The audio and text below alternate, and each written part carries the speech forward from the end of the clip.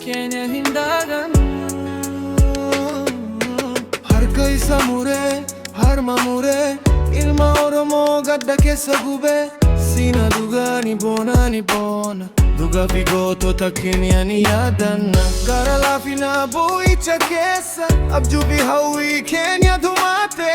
Minilik bineensa yaadannoo keessa, hindagannu qalbiin nu guuta. Minilik bineensa gadda Kenya, ilmaan oromoo dhukkubsatan yaadatu. Minilik bineensa gara fuuldura, seenaa Kenya hundaa tursiisu.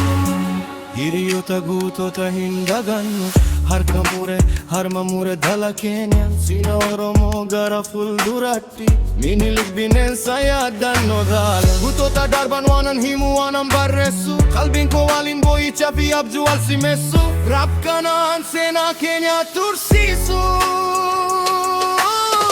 Oromiyaa koo ati hindagattu, si waliin jiraachuu.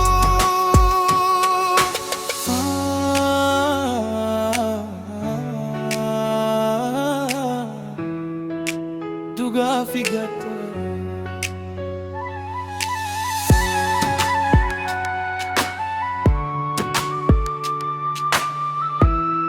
Minilik bineensa.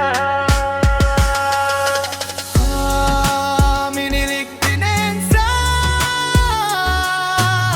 Qalbii Kenya si wajjin jiraachuu.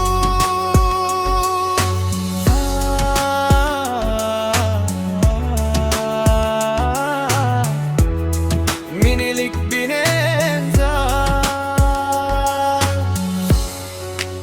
seenaa Kenya hinda.